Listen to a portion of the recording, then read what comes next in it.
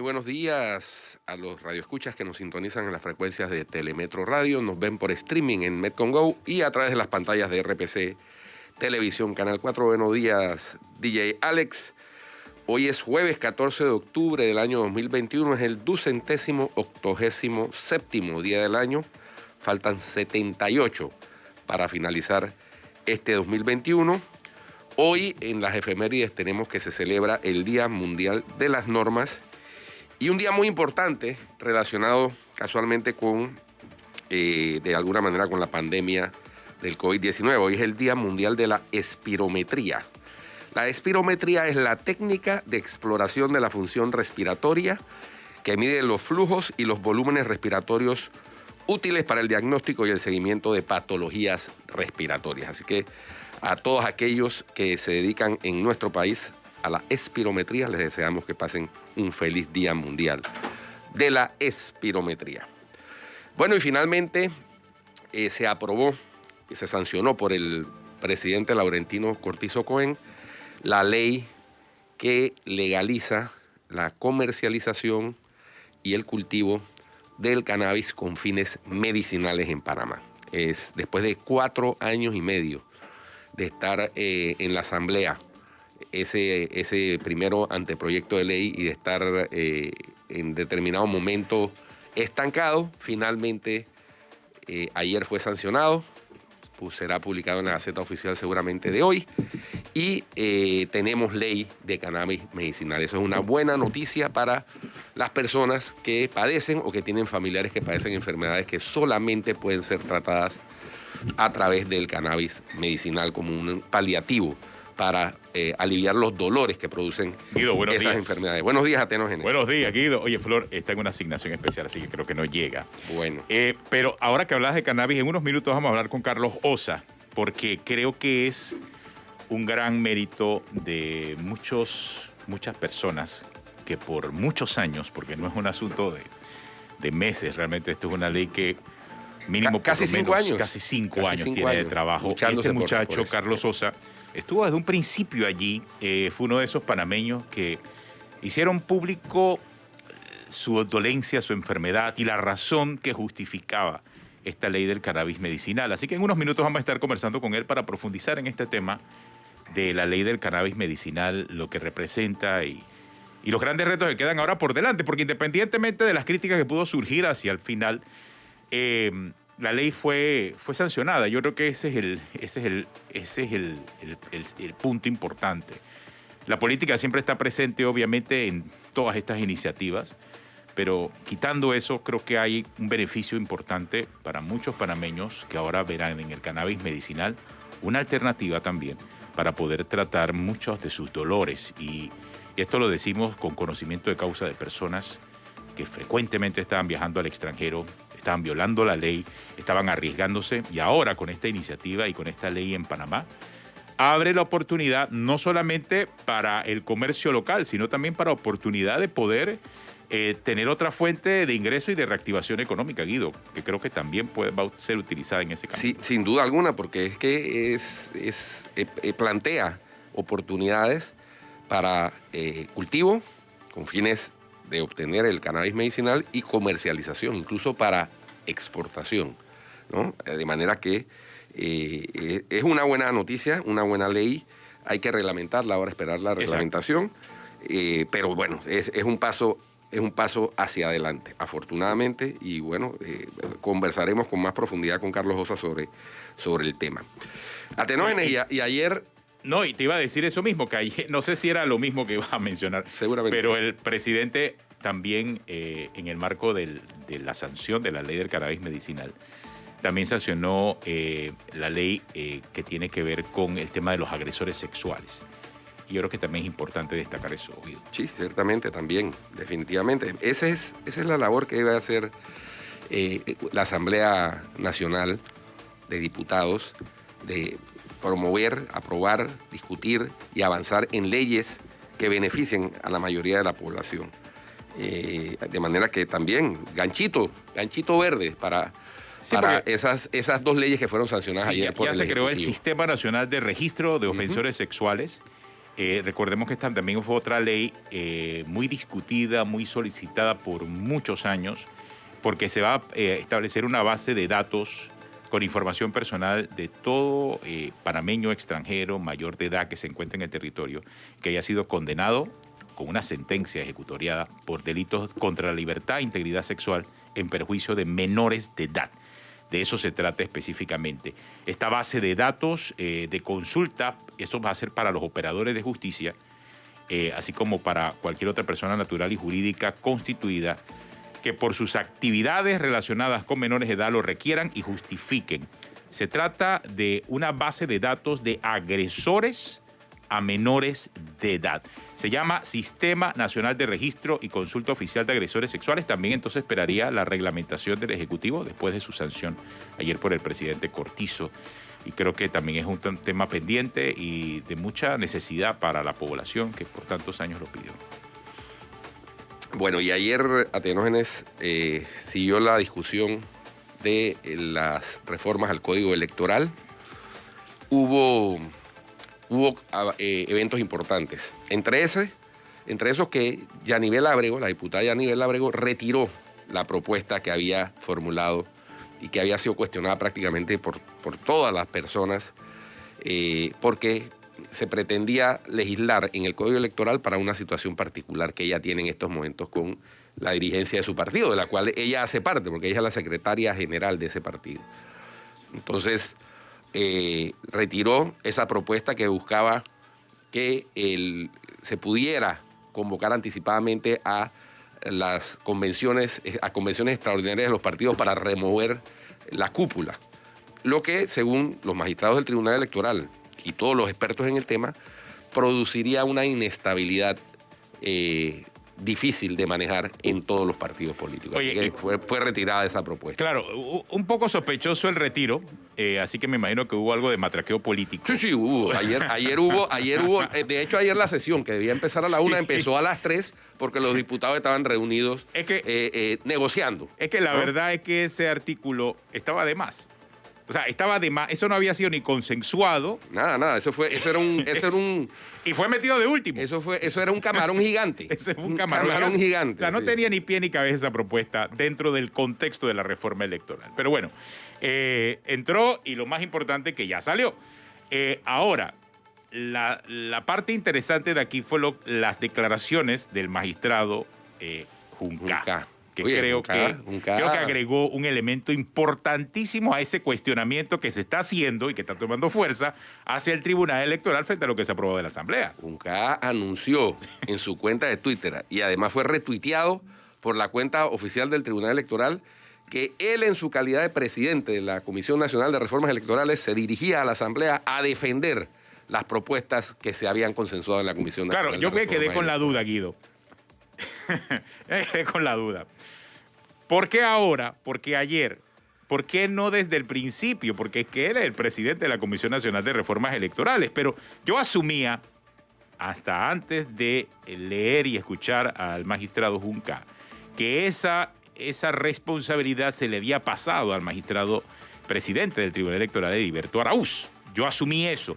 Por eso es que no terminé y no sé si tú pudiste concatenar las declaraciones del magistrado Heriberto Araúz y las de ayer del magistrado Junca, porque esa vehemencia pareciese como si le hubiesen estado limitando la posibilidad de ir a la Asamblea, cosa que no creo, de verdad. No creo, porque los magistrados del Tribunal Electoral todo lo arreglan en acuerdo y eso es conocido. Ellos los tres se ponen de acuerdo y dicen, bueno, ¿saben qué? Este tema lo pelea el magistrado tal, este tema lo pelea el magistrado tal, este tema, o sea, ellos así deciden las cosas. Por eso es que no entendí el mensaje, primero, pero de que el mensaje es correcto. Desde mi punto de vista, debió haberse lanzado desde el día 1 cuando estas reformas pasaron a la Asamblea, porque ese es el tono que se necesitaba para poder conversar con los diputados. Pero no sé si llegó un poco tarde, sobre todo porque ya está avanzado, está en un segundo debate. No sé si es por el tema de la presión ciudadana que señala el Tribunal Electoral de estar muy complaciente con los diputados. Pero bueno, agrega un elemento más dentro de la discusión que ahora ya entra en un segundo debate. Ya no hay mesa técnica. Aquí cada diputado está planteando su punto de vista. Ayer los vi muy tranquilos y pareciese como que esto va a fluir hacia un tercer debate. Pareciese. Están como eliminando algunas cosas que pudiesen ser problemas. No sabemos si esa va a ser la estrategia, pero no sé, esa es la impresión que me dio esa declaración del magistrado Junca. No sé tú, Guido, ¿qué piensas? Sí, lo mismo. Y hoy, lo mismo, efectivamente, al principio estaba un poco confusa la situación por lo que tú planteas, porque si había una mesa técnica en donde estaban participando los magistrados, los 3 magistrados junto con diputados, para supuestamente lograr consensuar parte de lo que ya se había consensuado en la Comisión Nacional de Reformas Electorales, donde, reiteramos, participan también los partidos políticos, pues no se explicaba esta reacción repentina en calidad prácticamente de lancero. Voy a la Asamblea a defender el proyecto. Fue más o menos exactamente, esa es la impresión. Y me pareció buena, ojo, no lo estoy criticando. No, pero el cuestionamiento es válido, porque después de... Exacto, pero no era el momento. Pero bueno, o sea, lo cierto es que debió haber sido hace 2 semanas, 3 semanas, cuando todo el mundo estaba... O sea, bueno, si esa hubiese sido la actitud en ese momento, creo que quizás el resultado sería distinto ahora mismo. Bueno, pero lo cierto es que yo puedo interpretar, pero lo malo es tener que interpretar a tenor. Sí, exacto. Puedo interpretar que lo que buscaban era terminar de salvar lo que en el informe que enviaron en su momento y presentaron a la Nación y lo entregaron en la rueda de prensa hace 2 días y que hoy sale publicado de forma impresa, inserto en algunos de los diarios de circulación nacional, lo que ellos llamaban los retrocesos, a tratar de salvar eso. Y efectivamente, por ejemplo, salvaron el de la elección anticipada de las juntas directivas de los partidos políticos, que ellos calificaron en su informe como una situación que, un factor permanente de permanente inestabilidad a lo interno de los partidos políticos. Y eso lo lograron rescatar. Bueno, listo. Hay que estar atentos a cómo continúa hoy la discusión, porque ayer, por cierto, nos metieron 4 goles en Canadá, ¿no? Por la Asociación de Ideas. El pobre Christiansen.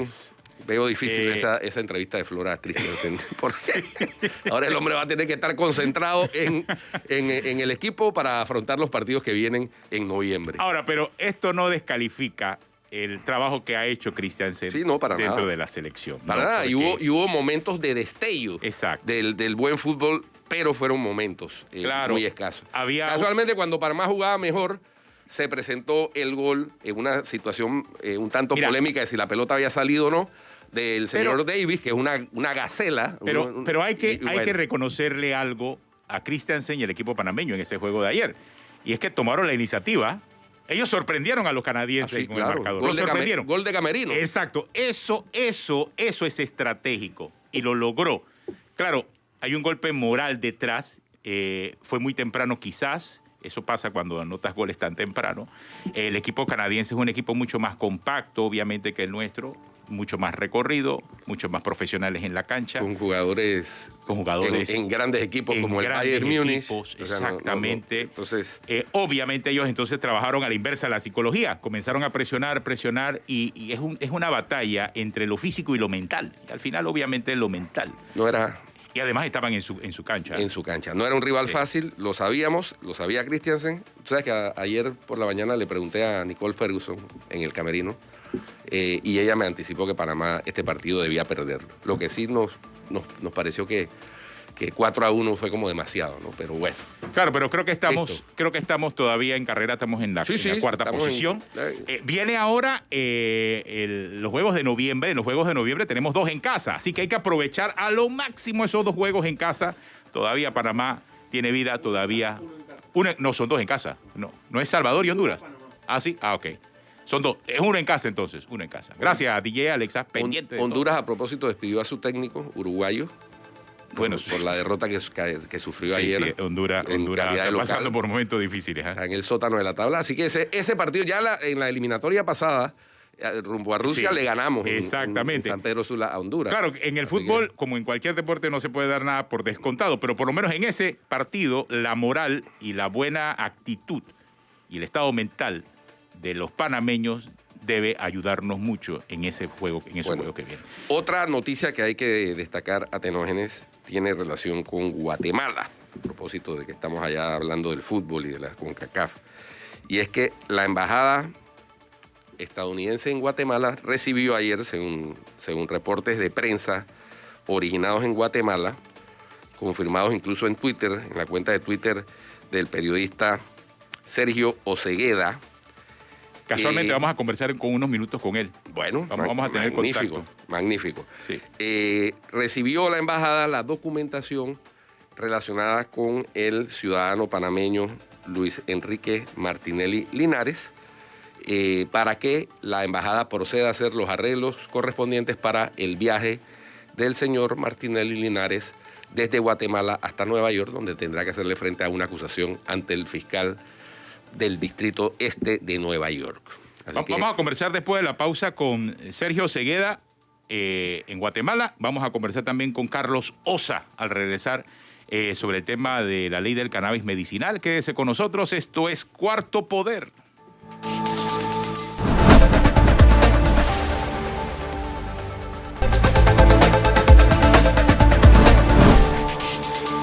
Las 8:23 de la mañana, Guido. Como habíamos dicho, después de la sanción del presidente Cortizo a la ley del cannabis medicinal, vamos a conversar con Carlos Osa, que ha estado, que ha seguido muy de cerca toda esta iniciativa, toda esta discusión en la Asamblea. Ahora ya la sanción, Carlos, ¿cómo reaccionas? ¿Qué piensas? Yo creo que al convertirse en ley va a hacer la vida mucho más fácil a muchos panameños. Buenos días, Carlos. Cuéntanos.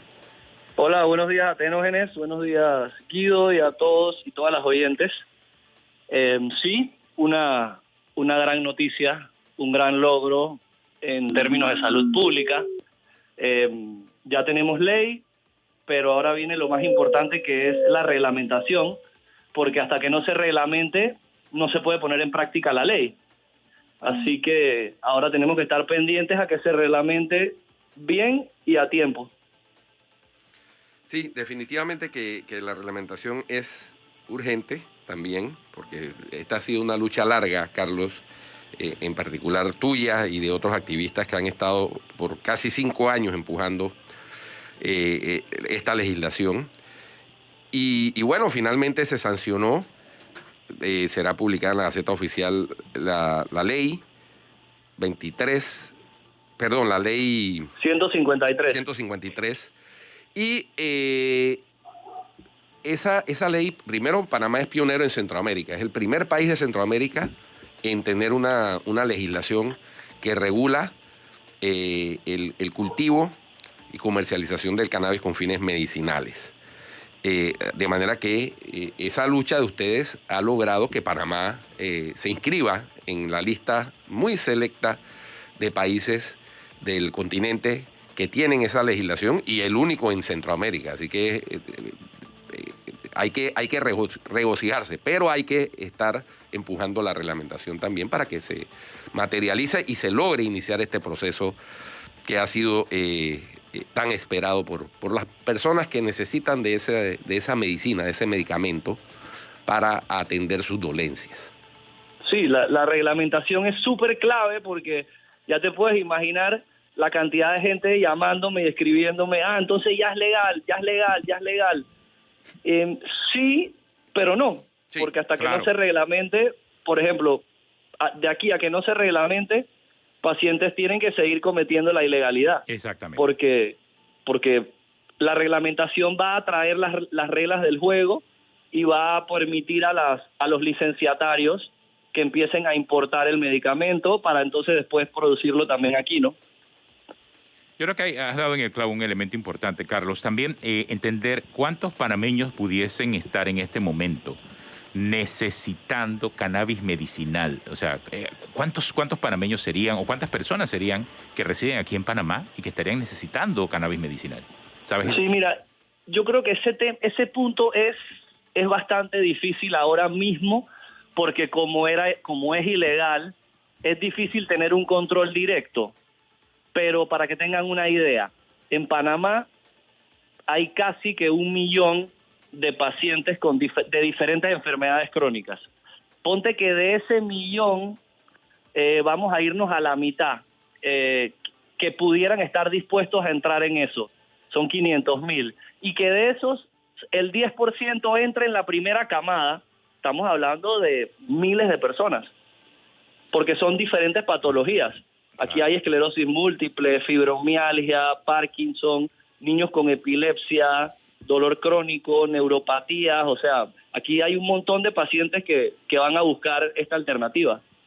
No, y hablemos específicamente de lo que se busca con el cannabis medicinal, porque a diferencia de algunas personas que pueden estar padeciendo estas dolencias, que están acostumbrados a analgésicos, en el caso del cannabis medicinal se trata de un analgésico natural.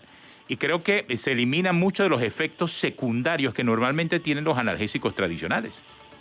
Sí, y digo, también hay que tener claro, como medicamento sí puede tener efectos secundarios y adversos, tampoco es la panacea ni la cura de todos los males, pero he aquí la importancia de regular un producto para por lo menos saber que este producto llena los requisitos y los estándares de un medicamento.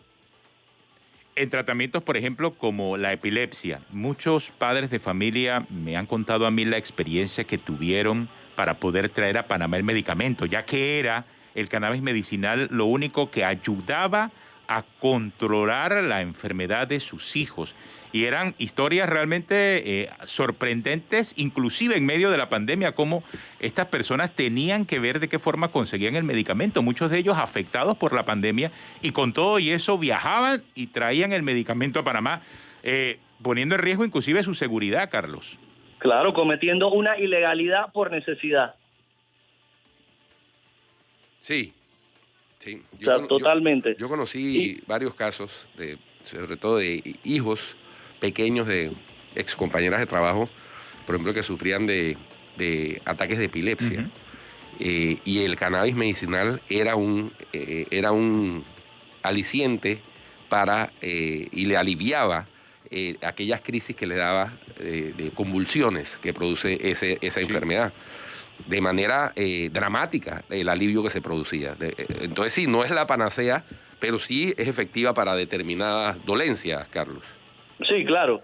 Y mira que, Atenógenos, tú hablas el ejemplo de los pacientes o familiares que tenían que viajar al exterior. Entonces esa gente la trae, están cometiendo algo ilegal, capaz ese medicamento sí estaba regulado en el país que lo traían. Pero pensemos en los pacientes que lo estaban comprando aquí en Panamá. Ese producto de Panamá, al no estar regulado, no tener una licencia o un registro sanitario, aquí tú estás interactuando con un mercado negro, claro, donde no se garantizaba un producto sano, seguro, accesible ni de calidad. Así o sea que es. ese era otro problema. Así es, y como todos los productos que son apetecidos, que tienen demanda, pues pueden ser objeto de falsificación, ¿no? Y con las consecuencias nocivas para la salud de las personas, de los pacientes que caen en esa trampa de comprar creyendo que es un producto bueno, pero resulta que hay, como bien lo anota Carlos, un mercado negro en donde todo se vale, ¿no? Claro, al margen de la ley, así es. Imagínense esto, es como le dije casualmente a Flor, que no está aquí hoy, en una entrevista que me hizo, hay gente ahora mismo en Panamá adquiriendo cannabis medicinal por Instagram. Díganme ustedes dos, cuando a ustedes les duele algo, ¿ustedes compran medicina por Instagram? No. Por supuesto que no. Uno va a la farmacia. O se la encarga a alguien que va a viajar que la compre en un lugar, en una ¿Dónde es más farmacia. barata? No, sí, exacto, en una farmacia de un país donde se consigue más barato, pero en una farmacia, no por Instagram, ¿no? Por supuesto. Sí. No, y además en los riesgos de adulteración, o sea, que también, porque conocí casos de gente que fue estafada, lamentablemente, al comprar estos productos por redes sociales, Carlos. Personas que lamentablemente invirtieron una cantidad considerable de dinero, y más en esta época de pandemia, pensando que había un producto real y resultaba agua, resultaba productos inocuos. Por suerte eran productos inocuos y no algo que pudo haber afectado su salud, pero sí fueron estafados también producto de la pandemia y la necesidad que tenían del cannabis para controlar la epilepsia, que quizás es uno de los casos más conocidos y que afecta a tantos niños y adolescentes. Y con el cannabis medicinal los padres de familia se han dado cuenta que se controla los efectos de la epilepsia. Entonces, producto de la pandemia, la desesperación, el no salir, compraron estos productos en redes sociales y resultaba que eran productos adulterados, era agua nada más. Sí. No, es que la evidencia existe. El dolor no espera y regular es cuidar. O sea, hay que partir de esas tres líneas. Después de todos estos años, ¿qué te llevas de experiencia? Porque creo que independientemente que todavía no se haya dado no se haya anunciado la regulación de la ley, la sanción de por sí es una gran victoria para todos los que han estado detrás de esta iniciativa, Carlos. Sí, no, esto definitivamente es un gran logro, es un paso justo y necesario en términos de salud pública. ¿Y qué he aprendido yo en este proceso? Que la participación ciudadana es sumamente importante.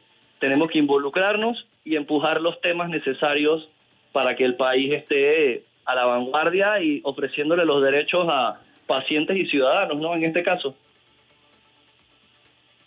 Muchas gracias, Carlos, por acompañarnos. Carlos Osa, con sus declaraciones, Guido, acerca de la aprobación ya en la sanción de parte del Ejecutivo de la Ley de Cannabis Medicinal. Carlos, gracias por acompañarnos aquí en Cuarto Poder. Gracias a ustedes por el apoyo siempre y por la invitación. Muy bien. Muchas gracias, Carlos. Saludos, buen día. Gracias.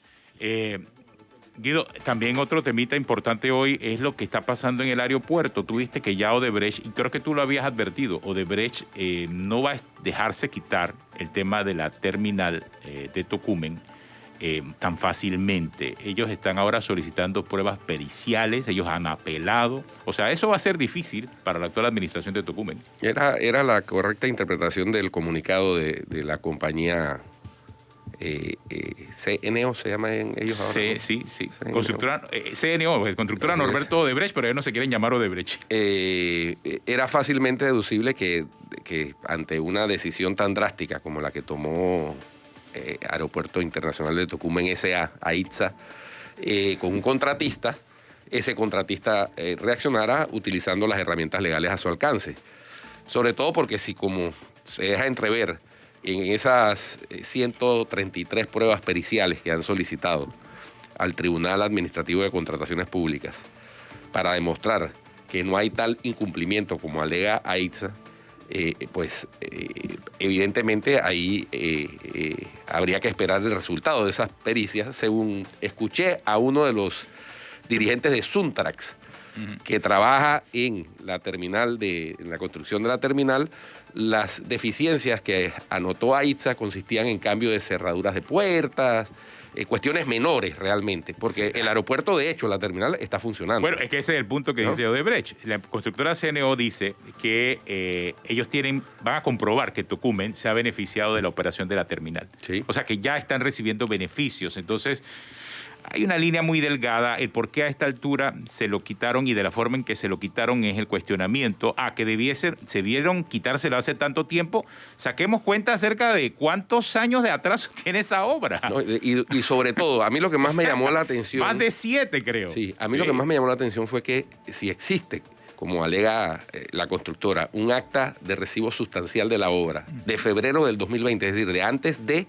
la pandemia, es fácilmente entendible que en marzo del 2020, declarada la pandemia y tomadas las medidas de restricción de movilidad de la gente, de las personas y demás, pues la obra se paralizó, como todas las obras en el país.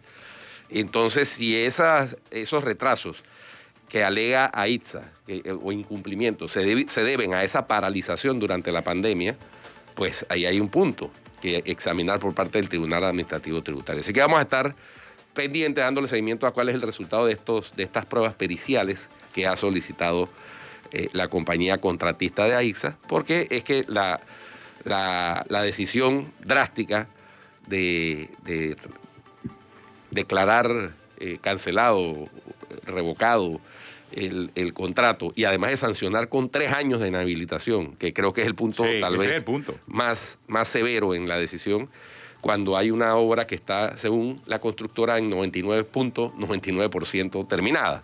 Entonces... Sí, ya le digo, aunque no nos guste, aunque haya cuestionamientos a la constructora Odebrecht, pues también hay una realidad legal detrás y hay que verla. También decíamos que la Cancillería de Guatemala había trasladado a la Embajada de Estados Unidos ya la documentación para formalizar la extradición de uno de los hijos del expresidente panameño Ricardo Martinelli. Hablamos de Luis Enrique Martinelli Linares. Hay confirmación de fuentes oficiales. Vamos a conversar con Sergio Segueda, que se encuentra en Guatemala, está en contacto con nosotros. Sergio, buenos días, gracias por aceptar la llamada acá de Cuarto Poder en Telemetro Radio. Hay confirmación, parece, de este hecho. Parece que ya la Cancillería de Guatemala traslada a la Embajada de Estados Unidos toda la documentación para formalizar la extradición. ¿Ya hay confirmación? Buenos días, Sergio. Buenos días, amigos. Pues justamente sí.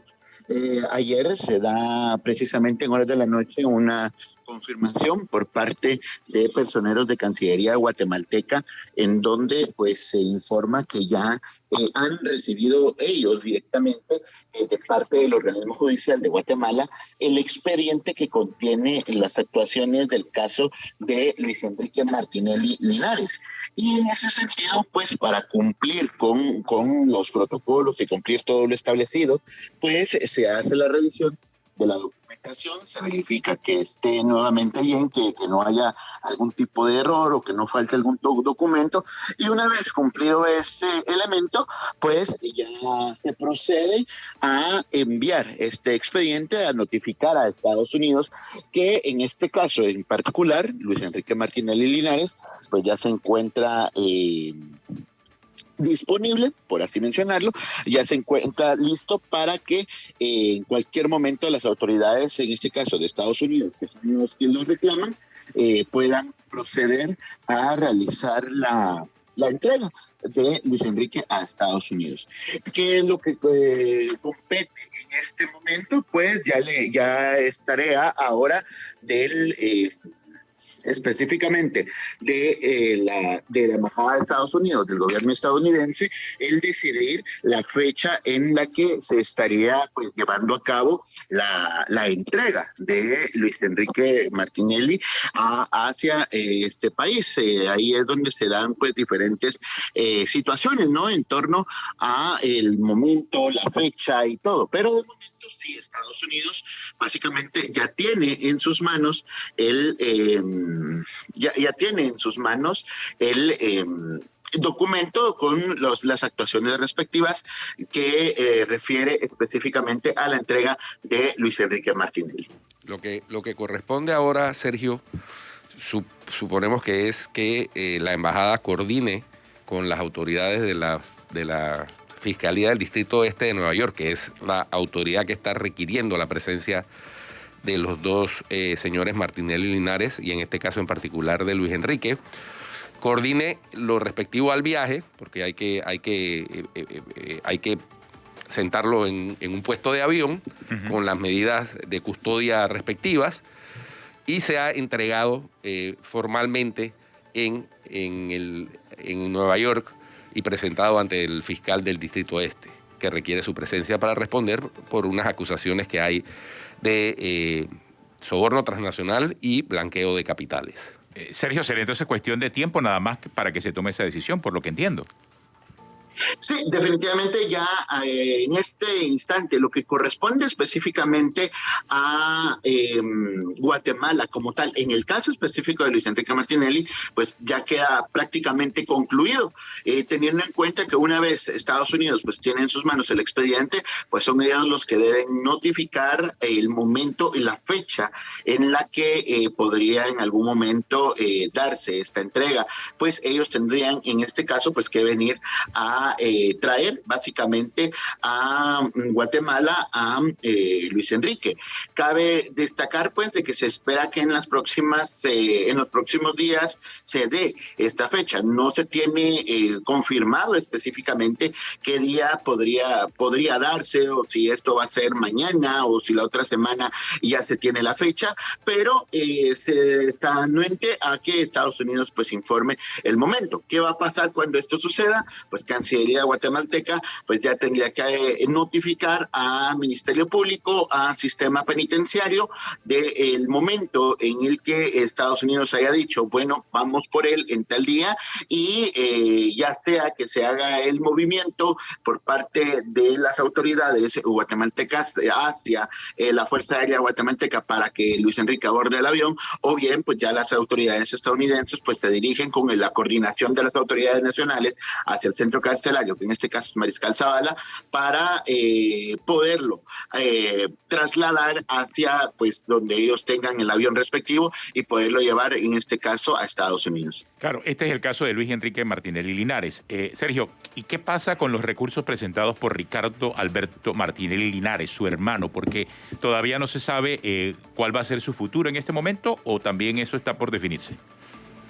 Bueno, como le hemos estado informando a lo largo de este tiempo que se ha dado este proceso, en el caso de Ricardo Alberto Martinelli, si bien es cierto, él fue el primero en haber iniciado este proceso de extradición, los amparos interpuestos por la defensa pues hicieron a que el mismo se retrasara. De momento, de los dos recursos que estaban pendientes, uno ya terminó su proceso, que terminó básicamente en un rechazo por parte de la Corte de Constitucionalidad. No obstante, pues este no ha afectado en ningún momento el trámite de la extradición que se tenía. El que sí lo está deteniendo, y es el que no se ha resuelto, continúa aún en manos de la Corte Suprema de Justicia, donde pues ustedes recordarán que en aquel momento específicamente, ya si la memoria no me falla, fue en septiembre, octubre del año pasado, cuando se intentó llevar esta audiencia de extradición, donde la defensa interpuso una serie de amparos aduciendo de que no se les había respetado el derecho de defensa porque no se les había dado un tiempo prudencial para poder probar que eran diputados al Congreso al Parlamento Centroamericano y que esto en algún momento les daba la inmunidad. Pues esto aún no se termina de dilucidar en ese ínterin del tiempo que estaban solicitando.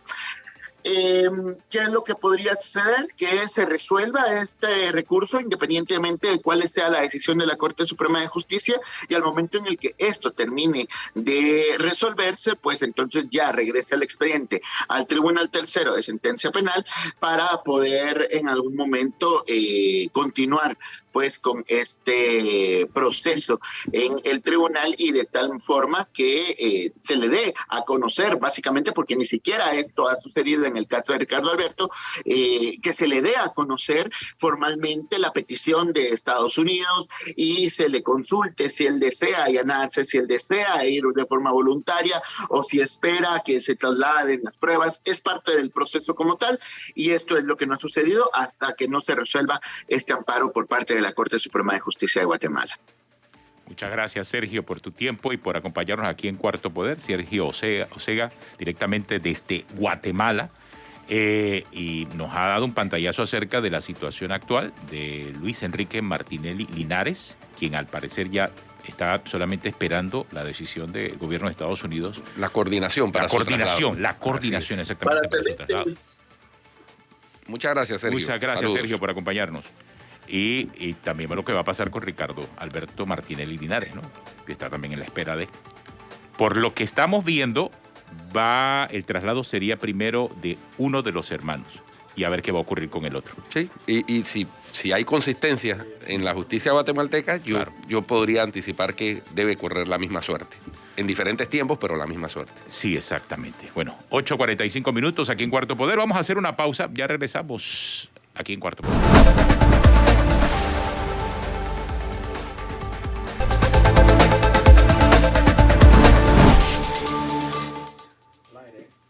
Continuamos aquí en Cuarto Poder, analizando pues la realidad del país. Guido, vi también una cifra de la Cámara de Comercio acerca del crecimiento del Producto Interno Bruto en este año. Son muy optimistas acerca de lo que se espera y creo que hay que inyectar positivismo en la reactivación económica. Pero también la propia Cámara de Comercio hace una advertencia sobre la generación de empleo en este momento, que es la parte más crítica, porque independientemente que la economía pueda estar repuntando, no necesariamente el repunte de la economía está en las áreas que más generan empleo. Recordemos que Panamá es un país de servicio y es nuestro sector terciario de la economía, el sector servicios, el sector minorista, que mayor cantidad de plazas de empleo genera, ¿no? Así el resto de los sectores. Y es allí quizás donde está apuntando la Cámara de Comercio. Estamos a la espera de un plan de reactivación laboral, porque creo que eso es lo que se necesita. Mucha de esa reactivación laboral puede llegar de la mano de inversión pública directa. Sí, y el tema también tiene que ver, Atenógenes, esto que planteas y plantea la Cámara, con las habilidades de la mano de obra. Las habilidades de la mano de obra han sido golpeadas por la pandemia, hay que decirlo. Porque se ha suspendido durante año y medio prácticamente el proceso natural, continuo de capacitación de la mano de obra, sobre todo entre los jóvenes. Aparte de otro tipo de situación de la influencia digital, de todo lo que eso ha afectado, la tecnología, en el sentido de pertenencia de los jóvenes que ingresan al mundo laboral. Ya los jóvenes ahora ven la estabilidad laboral como algo que no les es propio. Exactamente. Es decir, van buscando mejorar sus condiciones con términos muy cortos de duración entre un trabajo y el otro. Y eso es una particularidad de esta juventud actual, del millennial. De los millennials, exactamente.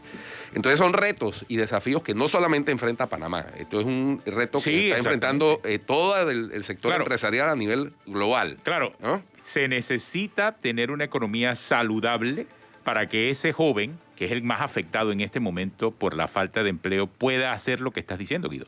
En el caso de Estados Unidos, está la economía saludable y lo que no hay es jóvenes interesados en trabajar. Ese es el problema allá. El problema en Panamá que tenemos es que la economía no está generando las plazas de empleo necesarias para que los jóvenes puedan hacer eso. Entonces, se vuelve un poco complicado el panorama, ya que quizás los sectores que más van a crecer no necesariamente son los que generan empleo, son los que pudiesen ser atractivos para esa masa laboral millennial que busca realmente una oportunidad de trabajo en esta era. Entonces, es un reto complicado el que tenemos por delante, en donde el propio gobierno, la empresa privada, deben caminar de la mano para satisfacer la necesidad de una masa joven que quiere trabajar y que está buscando adaptarse a las realidades de la nueva era, ¿no? Es un reto complejo. Imagínense que, según las cifras de la Cámara de Comercio, sí es cierto que crecemos este año, pero todavía estamos por debajo de los niveles del año 2019, es decir, antes de la pandemia. Mira, en la estrella de Panamá de hoy hay una nota muy interesante, según la cual una encuesta revela la peor escasez de mano de obra calificada en los últimos 15 años. Y tiene que ver con lo que estaba diciendo. Es decir, el sector empresarial tiene y necesita, para producir la reactivación económica que necesita el país, el mayor generador de empleo es el sector privado, ¿no? El gobierno puede ser el mayor empleador, sí, exactamente, el único, pero el que genera la mayor cantidad de empleos es el sector privado. Pero para generar esa cantidad de empleos y reactivar la economía se requiere, en muchos casos, que ese futuro trabajador tenga cierto grado de aptitudes, con P, de aptitudes, de capacidad. Y entonces ahí es donde está la escasez, según lo revela esta encuesta que publica, que los datos los publica hoy la Estrella de Panamá. Y eso es un reto que está enfrentando la economía. Y esa situación se está viviendo a nivel global. Esa situación no es exclusiva de Panamá. Y tiene que ver con lo que decíamos, ¿no? También es cierto que muchos jóvenes deciden no ser empleados, sino ser emprendedores. Y emprendedores en temas que tienen que ver con tecnología, casualmente. Así es. ¿No? Entonces es interesante la situación, pero no deja de ser un reto. Es retadora. Porque lo que hay que buscar es una adaptación, una flexibilización y estar conscientes que el mundo está cambiando y está cambiando a pasos agigantados y a velocidades inusitadas. Mira, por lo menos el sector turismo es uno de los sectores que ya estamos viendo una activación inmediata. Para la próxima semana, por ejemplo, en el Panamá Convention Center, ya viene el primer congreso. Es un congreso regional de operadores de cruceros. Y ya se está escogiendo al Panamá Convention Center como sede para eso. Eso va a mover parte de esa actividad económica. ¿Por qué? Porque se mueve no solamente de forma directa los pasajes de aviones, sino los operadores que llevan a esas personas hasta el Panamá Convention Center, los hoteles que hospedan a esas personas, y el hotel a la vez también contrata obviamente más personas para que puedan atender a esas personas, el que le vende el alimento al hotel, o sea, es una larga cadena de personas que se benefician de esa activación económica, y por eso es que se apunta mucho al turismo, porque el turismo tiene la capacidad de ser un multiplicador. Ese dólar que se invierte en turismo, quizás de manera directa del Estado en la construcción del Panamá Convention Center y de manera indirecta por parte de los empresarios que promueven la actividad, se multiplica y beneficia a mucha más gente. Por eso el turismo es una de esas apuestas importantes que podemos tener por delante. El turismo antes de la pandemia producía más ingresos que el canal. Exacto. ¿No? Estamos hablando de una verdadera industria sin chimeneas, grande, generadora de empleo, generadora de riqueza. Y por lo tanto factor de estabilidad económica. Y eso que no teníamos un alineamiento todavía antes de la pandemia. Ahora, producto de la pandemia incluso, ya al menos tenemos un alineamiento con ProTour, ya tenemos una campaña de reactivación turística andando. O sea, todos ese tipo de cosas comienzan a alinear por lo menos esta estrategia turística de cara al futuro y de cara a generar mucho más empleo. Próximamente deberá estarse inaugurando el puerto de cruceros en el Pacífico, ahí en Amador, que también será un factor de generación de movimiento económico, de empleo y de estabilidad económica para el país. Expectativas y grandes esperanzas a reactivar el empleo es lo que se espera. Terminamos aquí en Cuarto Poder. Gracias por acompañarnos. De nuestra parte será hasta mañana. Si usted sigue en Telemetro Radio, viene el brunch. Hasta mañana.